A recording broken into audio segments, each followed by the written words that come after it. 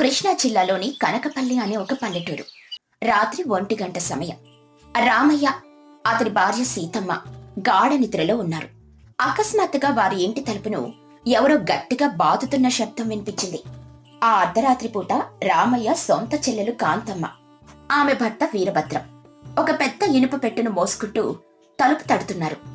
అర్ధరాత్రి తలుపు చప్పుడు ఆడపడుచు రాక సీతమ్మ నిద్రమబ్బులో ఉలిక్కిపడి లేచి, ఏవండి రామయ్య గారు, లేవండి, ఎవరో మన ఇంటి తలుపులు బద్దలు కొట్టేలా బాదుతున్నారు.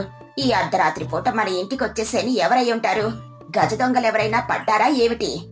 రామయ్య కళ్ళు నులుముకుంటూ ఆవలించి, దొంగలు తలుపు తట్టి లోపలికి రారు సీతమ్మ, కన్నం వేసొస్తారు.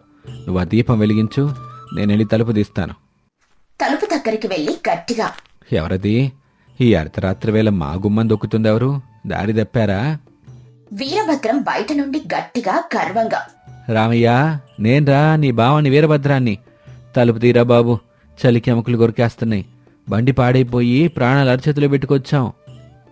సీతమ్మ షాక్ అవుతూ చిన్న గొంతుతో, ఏమిటి మీ చెల్లెలు కాంతమ్మ, మీ బావగారు వీరభద్రం గారా?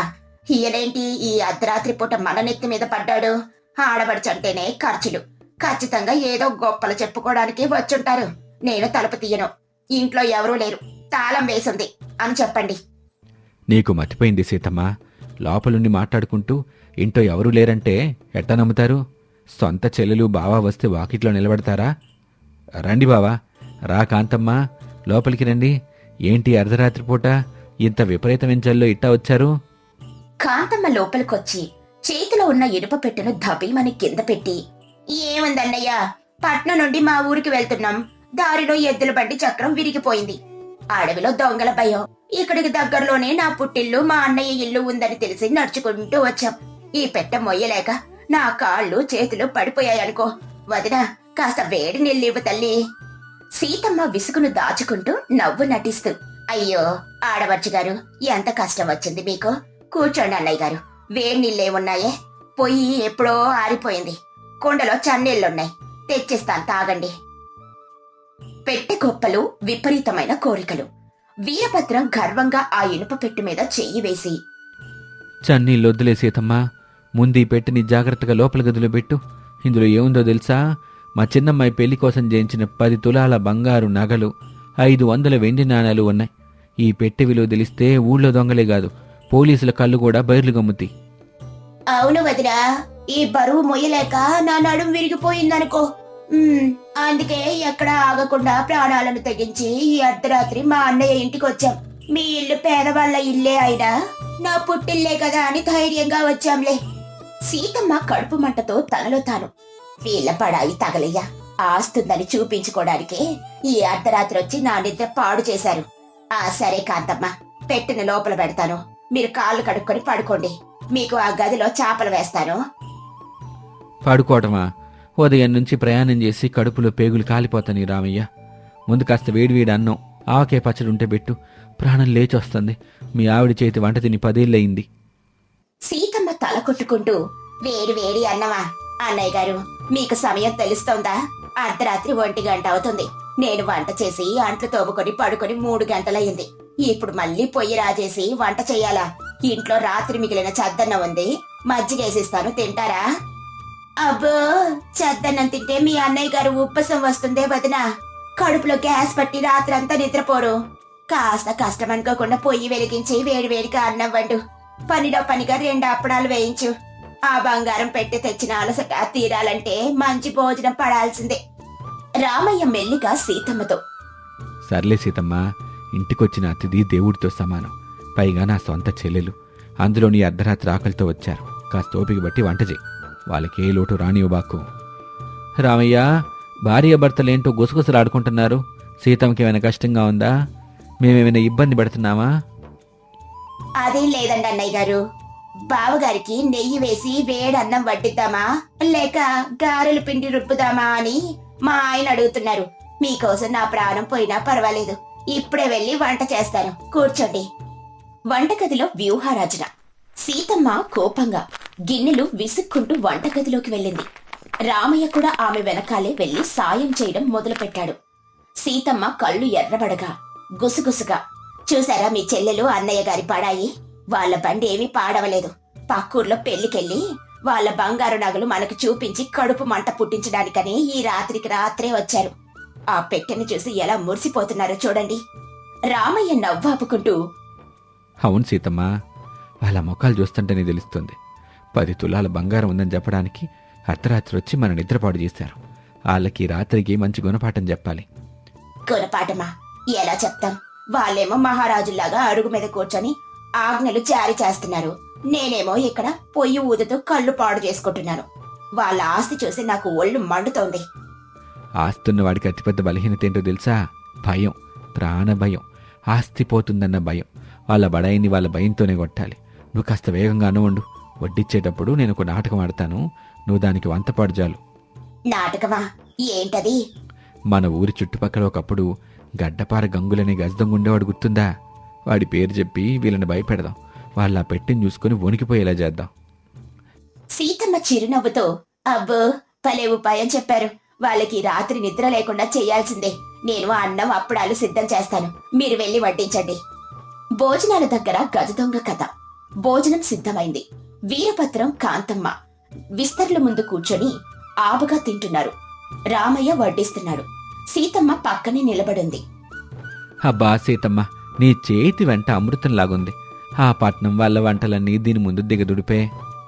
రామయ్య గంభీరంగా ముఖం పెట్టి చుట్టూ భయంగా చూస్తూ, బావా మెల్లిగా మాట్లాడు, ఎక్కువ శబ్దం చేయబాకు, బయట ఎవరైనా వింటే ప్రమాదం. కాంతమ్మ అన్నం ముద్ద ఆపేసి, ఏంటడ్డయ్యా, ఎవరైనా వింటే ఏంటి ప్రమాదం? మీ ఊర్లో ఏమైనా గొడవలున్నాయా? గొడవలుగా చెల్లెమ్మా, మీరు ఈ రాత్రిపూట 10 తులాల బంగారు పెట్టెని తీసుకుని మా ఇంటికి రావటం చాలా పెద్ద తప్పు. నిన్న రాత్రి మన పక్కూరి జమీందార్ గారింట్లో ఆ గడ్డపార గంగులు పడ్డాడు. వీరభద్రం ఉలిక్కిపడి, గడ్డపార గంగులా? వాడెవడు? అమ్మో అన్నయ్య, వాడి పేరు వింటేనే నా ప్రాణం వణికిపోతుంది. వాడు 6 అడుగుల ఆజానుబాహుడు. ఎవరింట్లో బంగారం ఉందో వాడి ముక్కుకి వాసన పసిగట్టిచ్చేస్తాడు. ఇనుప పెట్టెలు బద్దలు కొట్టడంలో వాడికి వాడే సాటి. నిన్న జమీందార్ గారి ఇంట్లో 20 తులాల బంగారం దోచుకుపోయాడు. అట్టొచ్చిన వాళ్ళ చెవులు కోసేస్తాడట. కాంతమ్మ భయంతో వణుకుతూ, చెవులు కోసేస్తాడా దేవుడా? అవును కాంతమ్మ, వాడికో వింత అలవాటు కూడా ఉంది. రాత్రిపూట ఎవరింట్లో అయినా కమ్మటి నెయ్యి వాసన, వంటల వాసన వస్తే అక్కడ ఖచ్చితంగా చుట్టాలున్నారని, వాళ్ళ దగ్గర బంగారం ఉంటుందని వాడి నమ్మకం. ఈ రోజు మన ఇంట్లో మీరు అడిగారని ఇంత అర్ధరాత్రి పూట నెయ్యి వేసి అప్పడాలు వేయించాం. ఆ వాసన ఊరంతా వెళ్ళిపోయింది. వాడెక్కడ పొంచున్నాడోనని నా గుండె దడదడలాడుతుంది. వీరభద్రం చెమటలు కక్కుతూ, రామయ్య, నువ్వు నిజమే చెప్తున్నావా? మా దగ్గర అసలే 10 తులాల బంగారం ఉంది. ఆడికి వాసన వస్తుందంటావా? నా కూతురి పెళ్లి నగలరా బాబు, అయిపోతే నేను ఊరేసుకో.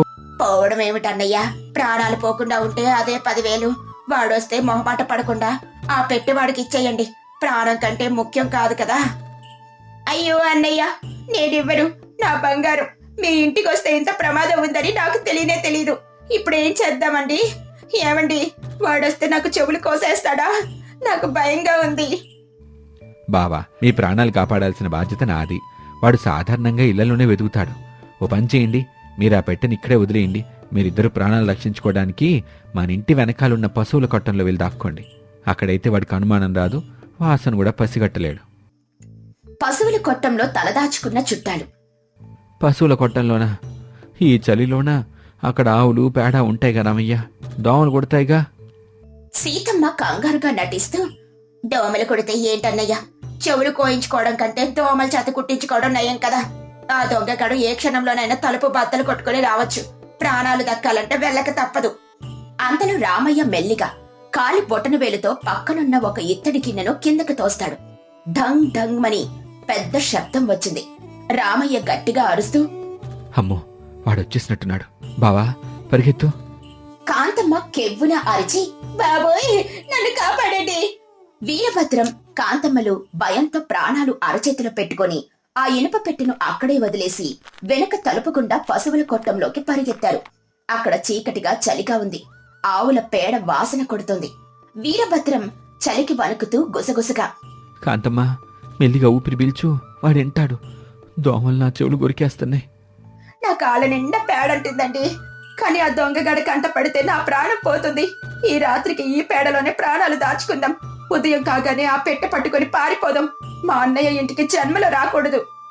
లోపల రామయ్య సీతమ్మ పగలపడి నవ్వుకుంటున్నారు. సీతమ్మ నవ్వుతూ, అబ్బా, నా కడుపు చెక్కలైపోతుందండి. 10 తులాల బంగారం మోసుకొచ్చి పశువుల కొట్టంలో పేడ మీద పడుకున్నారు. వీళ్ళ పడాయికి తగిన శాస్తి జరిగింది. నిజమే సీతమ్మ, వీళ్ళు తెచ్చింది నిజంగా 10 తులాల బంగారమేనా? పెట్టి చూస్తే అంత బరువుగా అనిపించలా. నాకు అనుమానంగానే ఉంది. ఏమో చూద్దాం. ఉదయం వాళ్ళు వచ్చేదాకా మనం హాయిగా పడుకుందాం. మరుసటి రోజు ఉదయం 7 గంటలు సూర్యుడొచ్చాడు. పశువుల కొట్టంలో దోమల కాట్లకు చలికి వీరభద్రం కాంతమ్మల ముఖాలు ఉబ్బిపోయాయి. వారు భయంగా బయటకొచ్చారు. రామయ్య, సీతమ్మ, ఆ గంగులుగాడు వెళ్ళిపోయాడా? మా పెట్టి సురక్షితంగానే ఉందా? రామయ్య నవ్వాపుకుంటూ, అమ్మయ్యా, బావా, మీరు బతికే ఉన్నారా? రాత్రి వాడొచ్చి ఇల్లంతా వెతికాడు, కాని పెట్టెని మాత్రం ముట్టుకోలా. వాడికి బంగారం కన్నా కంచు గిన్నెలంటే ఎక్కువ ఇష్టం అంట. వాడు వెళ్ళిపోయాడు. మీరు సురక్షితం. కాంతమ్మ ఊపిరి పీల్చుకుని, అమ్మా, మా ప్రాణాలు దక్కాయి. దేవుడా, నీకే దండం. నా 10 తులాల బంగారం బతికింది. పదండి, ఏవండి, పదండి ఇక్కడి నుండి. ఆ పెట్టె తీసుకుని ఇప్పుడే మనం బస్ ఎక్కి వెళ్ళిపోదాం.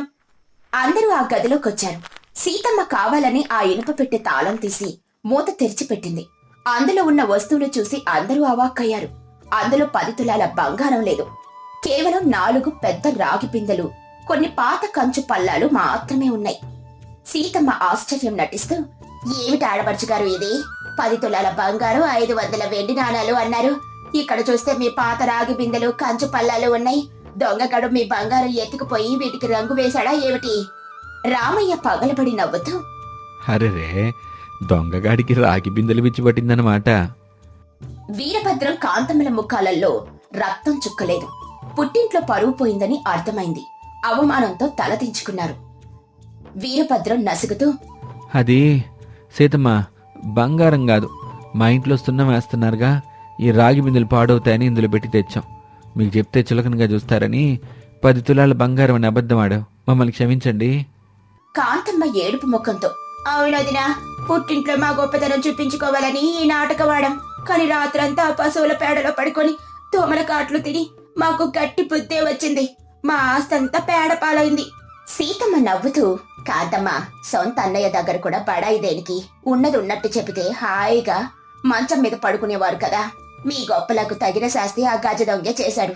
మీ ఆస్తిని చూసి మేము ఏడవము, లేదని చులకన చెయ్యము. అవును చెల్లమ్మ, బంధుత్వంలో ప్రేమ ముఖ్యంగాని లోపాలు కాదు. వెళ్ళి ముఖం కడుక్కోండి. వేడివేడి ఇడ్లీలు పెడతాను. ఆ రాగి బిందెలు తీసుకొని ప్రశాంతంగా వెళ్ళండి. వీరభద్రం కాంతమ్మలు తమ తప్పు తెలుసుకున్నారు. తాము చేసిన బడాయికి పశువుల కొట్టంలో పడ్డ బాధకు సిగ్గుపడ్డారు. ఆ తర్వాత వారు ఎప్పుడూ ఎవరి దగ్గర, ముఖ్యంగా పుట్టింటి వాళ్ళ దగ్గర లేని ఆస్తి గురించి గొప్పలు చెప్పుకోలేదు. రామయ్య సీతమ్మల తెలివితేటలు ఆ గర్విష్టి బంధువులకు ఒక జీవితకాలపు పాఠాన్ని నేర్పాయి. ఈ కథలోని నీతేంటంటే, లేని గొప్పలు చెప్పుకుంటే చివరికి నలుగురిలో నవ్వులు పాలు కావలసి వస్తుంది. బంధువుల దగ్గర ఆస్తిపాస్తుల గురించి బడాయిపోవడం కంటే ఆప్యాయతతో మెలగడం ముఖ్యం. అత్యాశ, అహంకారం ఎప్పుడూ అవమానాన్ని మిగుల్చుతాయి. సీతా, ఓ సీత, ఇంకా తెల్లారికి ముందు ఎక్కడికి బయలుదేరావు? చేతిలో ఆ కొడవలి, ఆ తాడు ఏమిటి? ఇంకా కోడి కుయినే లేదు, సూర్యుడు పొడవనే లేదు. అత్తమ్మగారు, పడమటి చేనులో జొన్న చేతికొచ్చింది. ఈరోజు ఎలాగైనా కోత మొదలు పెట్టాలి. వర్షాకాలం సమీపిస్తుంది. మబ్బులు పడుతున్నాయి.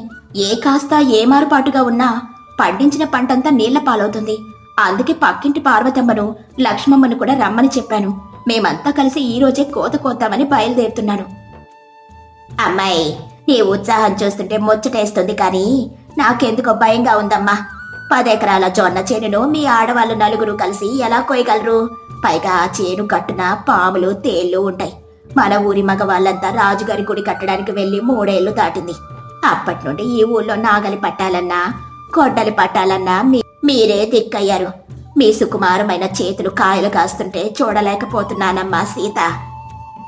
అత్తమ్మగారు, భూతల్లికి ఆడ మగ అనే భేదం ఉండదు. చెమట చిందించే ప్రతి ఒక్కరిని ఆ తల్లి కడుపులో పెట్టుకుని కాపాడుకుంటుంది. నా చేతులు సుకుమారమైనవే కావచ్చు, కానీ నా సంకల్పం కొండంత గట్టిది. మావయ్య గారు, మీ అబ్బాయి రామయ్య ఇద్దరు వెళ్లేటప్పుడు నా చేతిలో పాస్ చేసి వెళ్లారు. ప్రాణం కన్నా మిన్నగా ఈ పొలాన్ని కాపాడుకో సీత అని చెప్పారు. వాళ్ళు తిరిగొచ్చేసరికి మన ఇల్లు ధాన్యంతో నిండుండాలి. అదే నా తపన. పార్వతి పక్కింటావిడ. ఆవిడ అలా వస్తూ, గౌరమ్మ గారు, మీ కోడలు చెప్పింది అక్షరాల నిజం. మగవాళ్ళు లేరని మనం మూలన కూర్చుంటే ఏ పాటికి ఊరు వల్ల కాడయ్యేది. నిన్న మొన్నటిదాకా ఆవుల పాలు పెతకడం కూడా చేతగాని నేను ఇప్పుడు ఏకంగా బండి కట్టి పట్నం సంతలో ధాన్యం అమ్మి వస్తున్నాను. ఇదంతా మీ కోడలు సీత ఇచ్చిన ధైర్యమే. అది సరేనమ్మా. పార్వతి, మన ఊరి పెద్ద కౌసల్యమ్మ గారు ఏమంటున్నారు? జమీందారు గారి మనిషి రుద్రయ్య పన్ను వసూలు కోసం రేపో ఎల్లుండో వస్తాడట కదా. మగ దిక్కులేని ఊరు అని వాడు అలుసుగా తీసుకుంటాడేమోనని నా గుండె కూపేలుమంటుంది. వాడెంతమ్మా, వాడి జమీందారెంత? న్యాయంగా మనం కట్టాల్సిన శిస్తు మనం కడుతున్నాం. ఒక్క గింజ ఎక్కువ అడిగినా ఊరుకునేది లేదు. మీరు ధైర్యంగా ఉండండి. పశువుల పాకలో ఆవులకు కుడితి పెట్టి పాలు పితికాను. ఆ పాలు కాచి మీరు తాగండి. నేను చేనుకు వెళ్ళొస్తాను. గ్రామ రచ్చబండ దగ్గర ఊరి పెద్ద కౌసల్యమ్మ, సీత, లక్ష్మి, ఇతర మహిళలు సమావేశమయ్యారు. ఆడబడిచలరా, మన ఊరి మగవాళ్ళు వెళ్ళి 3 ఏళ్లు పూర్తయింది. కుడి నిర్మాణం పూర్తయ్యేదాకా వాళ్ళు రాలేరు. ఈ 3 ఏళ్లలో ఏ ఒక్కరోజు మన ఊరి పొలాలు బీడు పడనేలేదు. మీరంతా పగలు రాత్రి కష్టపడి భూమిని పచ్చగా ఉంచారు. కానీ ఇప్పుడు మన ముందు ఒక పెద్ద సమస్య వచ్చి పడింది. జమీందారు గారి దివాన్ రుద్రయ్య ఈ రోజు మన ఊరికి వస్తున్నాడు. ఈ ఊరి పన్ను రెట్టింపు కావాలని కబురు పంపాడు. రెట్టింపు పన్నా? అదేమిటి కౌసల్యమ్మ గారు? రాజాసనం ప్రకారం 10 బస్తాలకు 1 బస్తా మాత్రమే పన్నుగా కట్టాలి కదా. వాడెవడు రెట్టింపు అడగడానికి? మన మగవాళ్ళు లేరని వాడికి ఇంత పొగరా? అదే నేను ఆలోచిస్తున్నాను లక్ష్మి. వాడు మన ఆడవాళ్ళని చులకన చేస్తున్నాడు. మనం భయపడి వాడు అడిగినంత ఇస్తామని వాడి నమ్మకం. ఇవ్వకపోతే పొలాల దస్తావేజులు లాక్కుంటానని బెదిరిస్తున్నాడు. కౌసల్యమ్మ గారు, మీ అనుమతి అయితే నేను ఒక మాట చెబుతాను. వాడు అడిగినంత ఇవ్వడానికి మనమేమీ వాడికి బానిసలం కాదు.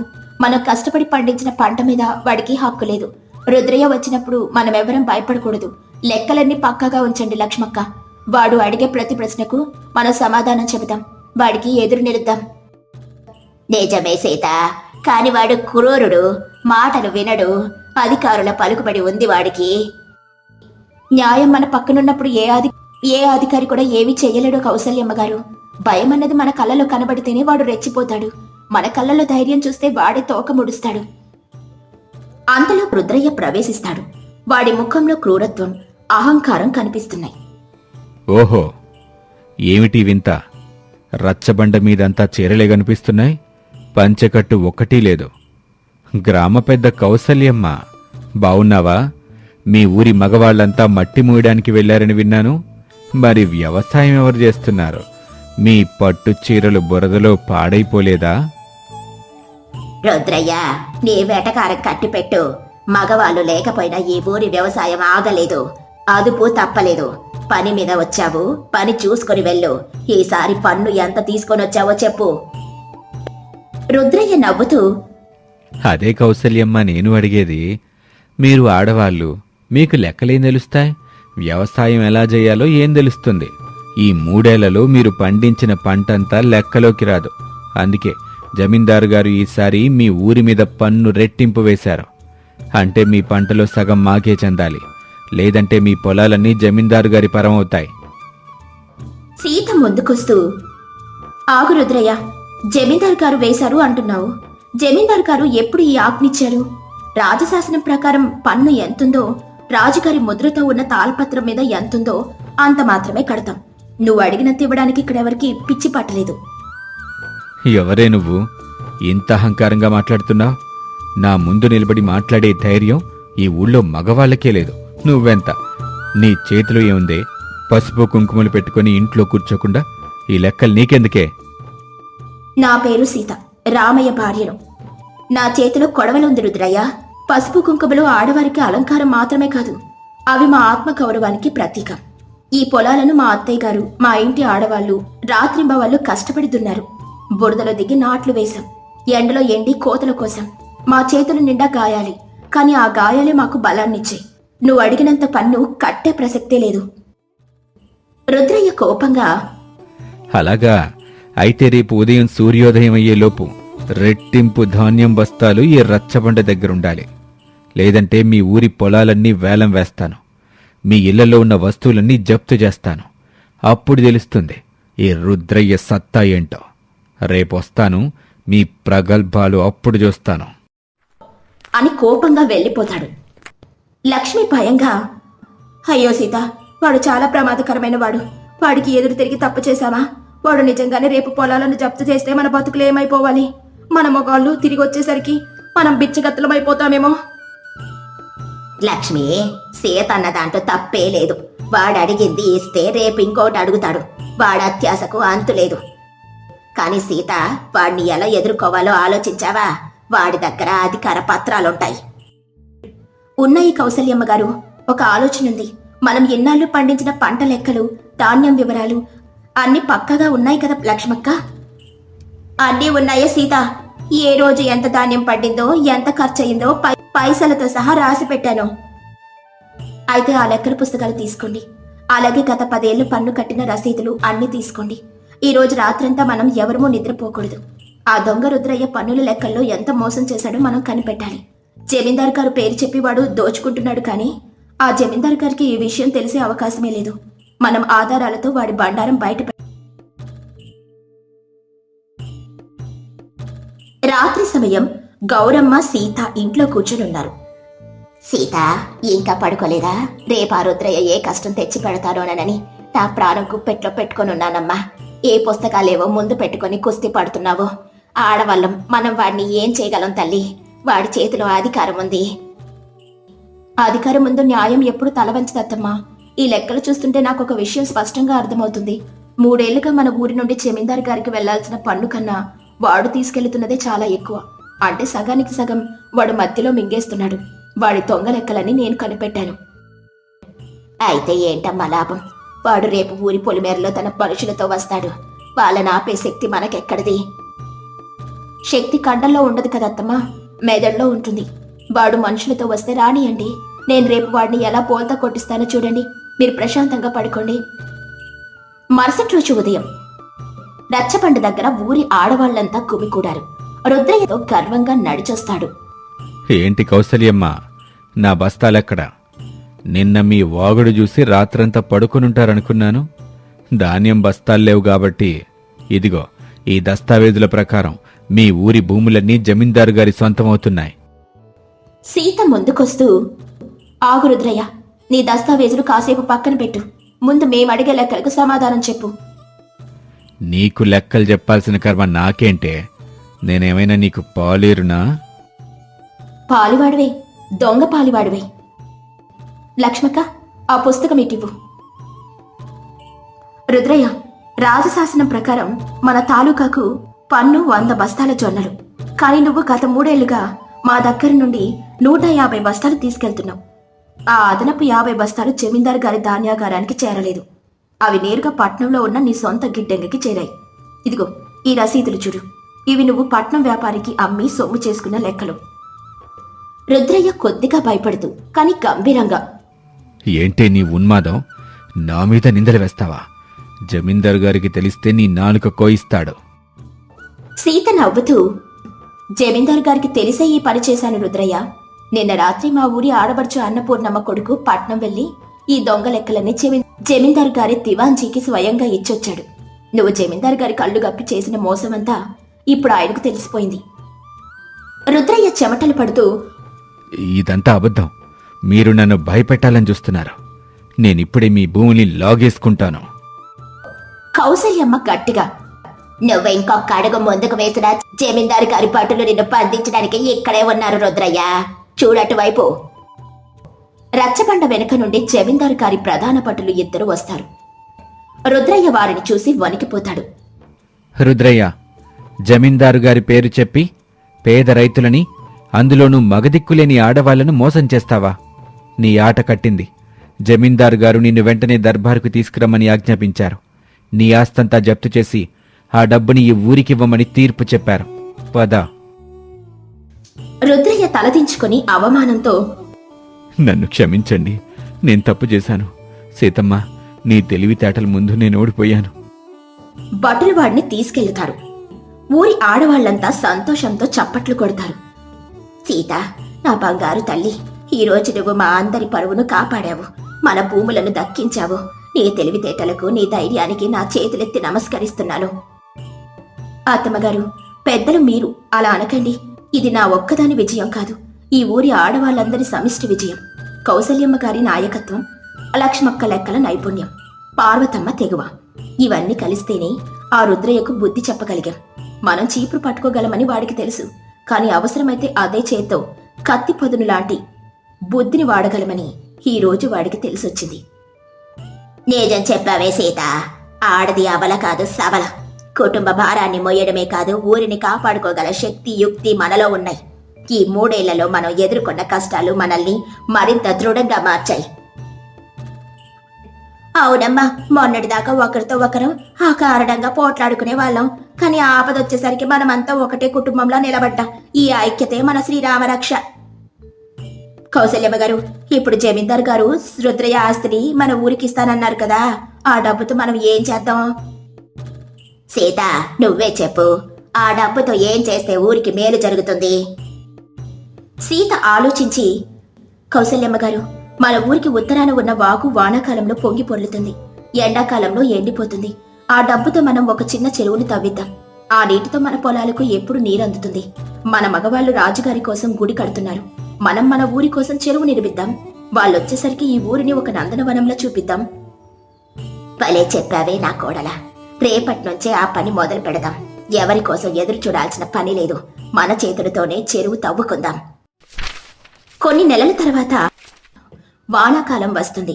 చెరువు నీళ్లతో నిండుతుంది. ఊరి పొలాలన్నీ పచ్చగా కలకలలాడుతూ ఉంటాయి. ఒకరోజు సాయంత్రం గౌరమ్మ రచ్చబండ దగ్గర కూర్చుని ఉండగా ఒక గుర్రపు బండి వస్తుంది. అందులో నుండి సీత భర్త రామయ్య, కౌసల్యమ్మ భర్త, ఇంకా ఊరి మగవాళ్లంతా దిగుతారు. 3 ఏళ్ల తర్వాత వారిని చూసి ఊరంతా ఆనందంతో ఉప్పొంగుతుంది. అమ్మా గౌరమ్మ, ఎలా ఉన్నావు? సీతెక్కడా? నాయనా, రామయ్య వచ్చేసావా తండ్రి? 3 ఏళ్లు ఎలా గడిచిపోయాయో మాకే తెలియదురా. సీత చేనులో ఉంది నాయనా, ఆ ఉత్తరపు చేనులో వరి కోత కోస్తోంది. కౌసల్యమ్మ భర్త శివయ్య, కౌసల్య, మేము లేని ఈ 3 ఏళ్లలో ఊరు పాడుబడిపోయి ఉంటుందని భయపడ్డాం. కాని ఊరి పొలిమేర దాటగానే పచ్చటి పొలాలు, నిండు కొండలాంటి చెరువు చూసి ఆశ్చర్యపోయాం. ఈ చెరువు ఎవరు కట్టించారు? జమీందార్ గారేమైనా కరుణించారా? కౌసల్యమ్మ గర్వంగా, ఏ జమీందారు కట్టించలేదు శివయ్య. ఈ ఊరి ఆడవాళ్ల చెమటల చొక్కలు ఈ చెరువుగా మారాయి. మీరంతా లేని లోటు తెలియకుండా, మీ గౌరవం తగ్గకుండా ఈ పల్లె తల్లిని మా ప్రాణాలొడ్డి కాపాడుకున్నాం. రామయ్య పొలం దగ్గరకు వెళ్తాడు. సీత సీత వెనక్కి తిరిగి చూసి ఆనంద బాష్పాలతో, ఏమండి, మీరొచ్చేసారా? గుడి నిర్మాణం పూర్తయిందా? పూర్తయింది సీత. కానీ నేను వెళ్ళేటప్పుడు చూసిన ఊరు వేరు, ఇప్పుడు చూస్తున్న ఊరు వేరు. నువ్వు చాలా మారిపోయావు సీత. నీ కళ్ళల్లో ఒకప్పటి బెదురు లేదు, కొండంత ధైర్యంగా అనిపిస్తుంది. సీత నవ్వుతూ, ఆపదొచ్చినప్పుడు ఆడది భయపడి మూలన కూర్చోకూడదు కదండి. మీరు మాకు అప్పగించిన బాధ్యతను నెరవేర్చాం. ఆ రుద్రయ్యగాడు పన్ను పేరుతో మోసం చేయబోతే మన ఊరి ఆడవాళ్ళంతా ఏకమై వాడి ఆట కట్టించాం తెలుసా? అవును సీత, దారిలో వస్తుంటే అందరూ మీ గురించి చెప్తున్నారు. సీతమ్మ లేకపోతే ఆ రుద్రయ్యగాడు ఊరిని మింగేసేవూడని ఊరంతా నిన్ను పొగుడుతున్నారు. నన్ను క్షమించు సీత. ఆడవాళ్లు కేవలం ఒంటింటికి పరిమితమని అనుకున్న నా అజ్ఞానం ఈ రోజుతో తొలగిపోయింది. మీరంతా కలిసి ఈ ఊరిని కాపాడిన తీరు చరిత్రలో నిలిచిపోద్ది. ఇందులో నా గొప్పతనం ఏమీ లేదండి. సంకటం వచ్చినప్పుడు అందరం ఒకటయ్యాం, ఏకతాటిపై నడిచాం. మనసుంటే మార్గం ఉంటుంది అంటారు కదా. మీరు లేరు అన్నం బెంగ మమ్మల్ని ముందు భయపెట్టినా ఆ భయమే మమ్మల్ని పోరాడేలా చేసింది. ఈ నేల మాకు తల్లి లాంటిది. తల్లిని కాపాడుకోవడానికి బిడ్డలు ఏమైనా చేస్తారుగా. గౌరమ్మ అక్కడికొస్తూ, అవునురా రామయ్య, నీ భార్య మా అందరికీ ధైర్యం నూరిపోసింది. ఈరోజు ఈ పచ్చటి పొలాల్లో మనం ఇలా నిలబడి ఉన్నామంటే అది సీత చలవే. మొగాళ్ళు లేని గ్రామమని అందరూ చులకనగా చూశారు, కానీ ఆడవాళ్లు తలుచుకుంటే అసాధ్యమైనది ఏదీ లేదని ఈ పల్లె నిరూపించింది. ఊరి జనమంతా అక్కడికి చేరుకుంటారు. సంతోషకరమైన వాతావరణం నెలకొంటుంది. మగవాళ్ళు ఆడవాళ్ళని విడివిడిగా ఉంటే బలం సగమే అవుతుంది, కానీ అందరం కలిసికట్టుగా ఉంటే ఆ బలం 10 అంతలవుతుంది. ఈ 3 ఏళ్లలో మేము నేర్చుకున్న పాఠం ఇదే. శ్రమ పడడానికి లింగభేదం లేదు, బుద్ధి కుశలతకు ఆడ మగ అనే తేడానే లేదు. అందరికీ సమానమైన హక్కు బాధ్యత ఉంటాయి. నిజమే కౌసల్యమ్మ గారు, ఇక మీదట వ్యవసాయంలో ఊరి పనుల్లో మీ అందరి సలహాలు సూచనలు తీసుకుని మేం ముందడుగు వేస్తాం. ఈ ఊరికి మీరే నిజమైన రక్షకులు. పల్లెటూరి జనమంతా ఒకరికొకరు ఆనందంగా శుభాకాంక్షలు తెలుపుకుంటూ ఇంటి ముఖం పడతారు. ఈ కథలోని నీతేంటంటే, ఆడవారిని కేవలం ఇంటి పనులకే పరిమితం చేయకూడదు. ఆపద సమయాల్లో వారిలోని ధైర్యం, యుక్తి కుటుంబాలను, సమాజాన్ని కాపాడతాయి. ఐక్యమత్యమే మహాబలం. తెలివితేటలు, సత్ప్రవర్తన ముందు ఎంతటి అహంకారమైన అధికారమైన తలవంచక తప్పదు. న్యాయం వైపు నిలబడినప్పుడు భయం అవసరం లేదు.